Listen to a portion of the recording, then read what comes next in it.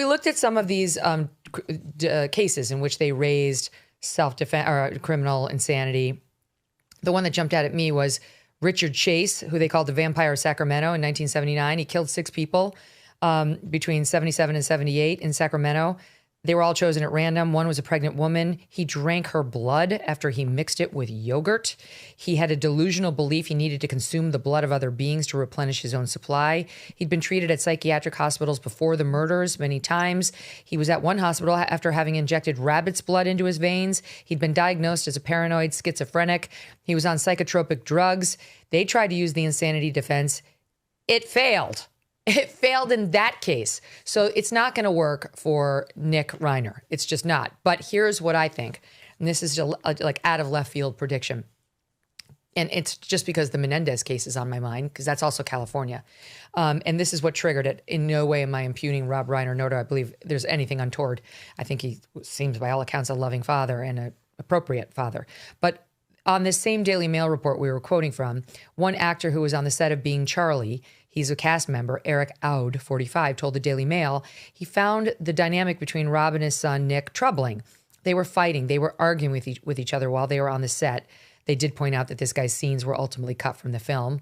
Okay, maybe he's got an axe to grind. Quote, they were kissing each other on the lips, which was weird. They were bickering. They were going off on each other on set. It wasn't comfortable. There was definitely hostility there.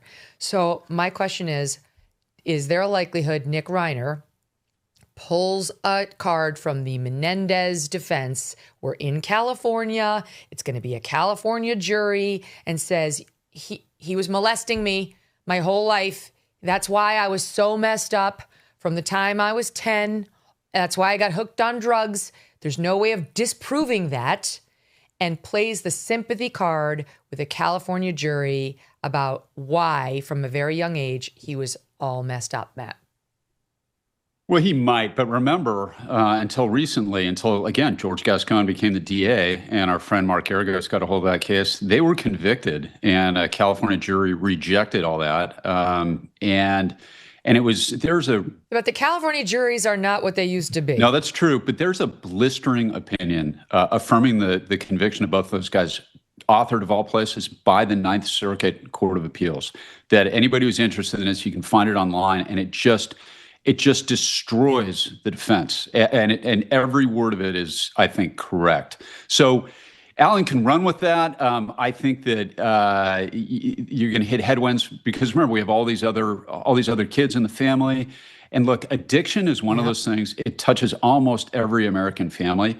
But there is a huge difference, I think, in the minds of certainly prosecutors and judges and appellate courts, but also jurors between somebody who's suffering from organic mental illness, where, for lack of a better term, it's not really their fault, even if they're self-medicating with drugs, and the spoiled, kind of entitled, young rich guy who has a problem with daddy.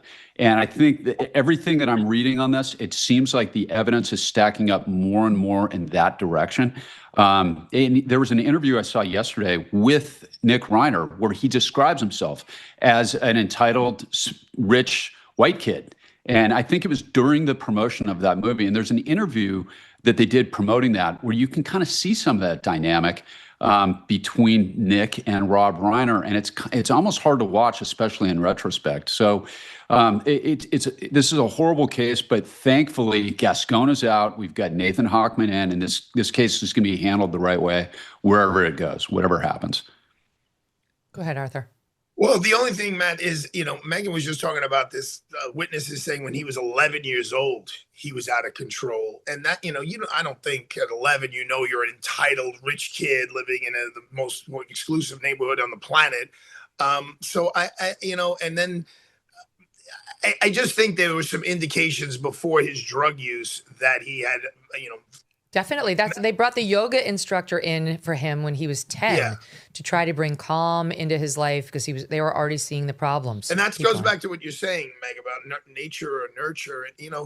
There are some, look, I do believe people are born with a certain disposition and then it can be pointed in one direction or another.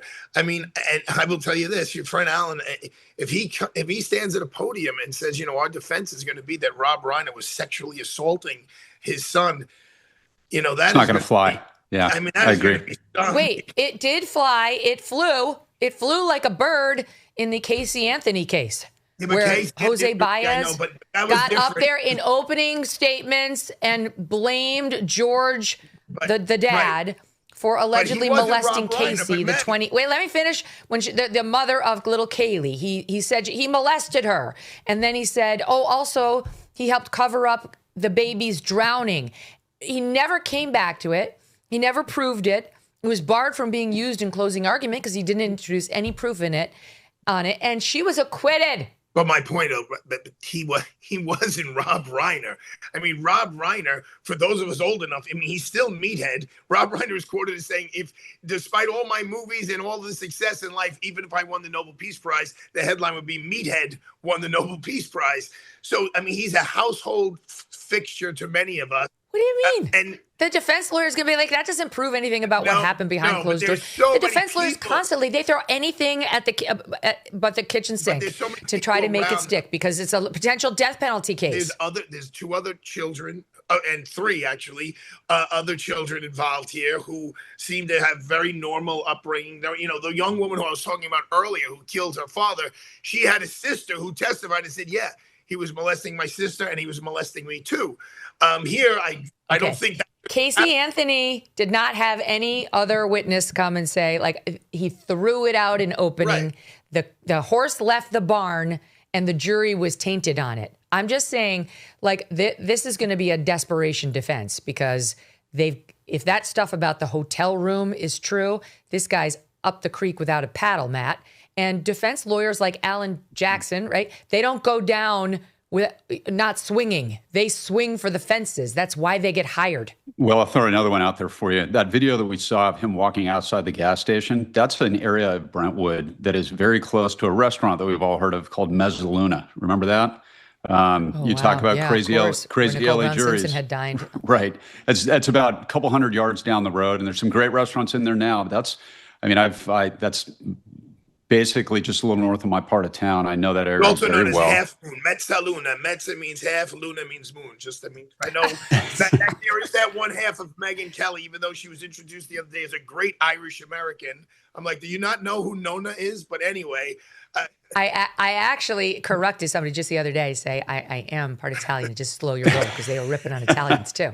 I can be insulted on many fronts. Go ahead, Matt. Yeah, no, sorry. Kate, look, and Arthur knows this as well as I do.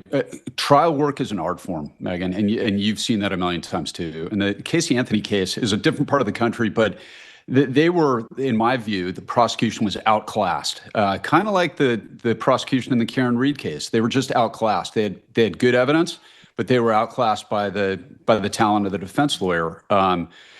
And this is one where, again, this comes back to the district attorney of LA. And I don't know who it is yet. I'm sure I'll know who they are, but from a buddy of mine I talked to yesterday who's been a career prosecutor in that office, he said he didn't want to say who it was, but they're very, very good. And look, I've got confidence. Marsha Clark was good. She was really good. Megyn, I agree with almost everything you say most of the time. I'm going to go out on a limb here and disagree with you that I met her recently. She's a lovely woman. I tried a case against Christopher Darden. I did a murder case against him when he was a defense lawyer. Nice man. OJ was no fluke. That case was the only book worth reading on OJ, guys, is a book written by Vincent Bugliosi called Outrage, where he takes the prosecution to task. That was prosecutorial incompetence from the first minute. And I don't think that's going to happen here. Okay. Mistakes were made. Can I ask Matt a question about that? Your system, is it in the realm of possibilities that they indict him on a death penalty charge, and then they say, "Look, if you want, we'll give you the plea to life without parole," and like we just saw. in Korberger, however you say his name. I mean, is that something that happens in that jurisdiction? That's a great question, Arthur. And a lot of people wonder about that don't do cases in either, even professionals don't do cases in capital case jurisdictions that have the death penalty. The answer is no. It's unethical to do that because it's known as extracting a plea. You plead what you prove, and you go in and you prove what you pled. That's the philosophy. And you don't file a death penalty case in the hope you're going to get a plea. That was my problem with what they did in the Brian Kohberger case, because that's really what it looked like. There was no change in the evidence. And then he comes in for a plea after they'd done everything right. So a lot of people think that correctly. You see that on TV. That happens all the time. I mean, I was in court yesterday, right? It's a murder 2 case. He's facing 25 to life. And what people understand is the life part is the problem. So you get at 22 years, you go in front of the parole board. If you don't get parole, you got to wait 2 years to 24. You go 26, 28, and you can be for the rest of the life. We got it. There are a lot of politicians that should be getting coal in their stocking for Christmas, but Birch Gold thinks, as a smart planner, you deserve silver. That's why for every $5,000 you purchase between now and December 22nd, Birch Gold will send you an ounce of silver, which is up over 60% this year. See, smart people diversify and have a hedge. That's why you should consider Birch Gold. With the rate cuts from the Fed in 2026, the dollar could be worth less. And what happens if the AI bubble bursts?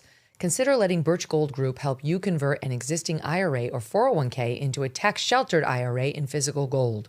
And for every $5,000 you buy, you will get an ounce of silver for you or your kids. Just text MK to the number 989898 to claim your eligibility for this offer. Again, text MK to 989898 because Birch Gold's free silver with qualifying purchase promotion ends on December 22nd. Message and data rates may apply. Thanks so much for watching. If you like what you just saw, hit the subscribe button for more clips and full episodes.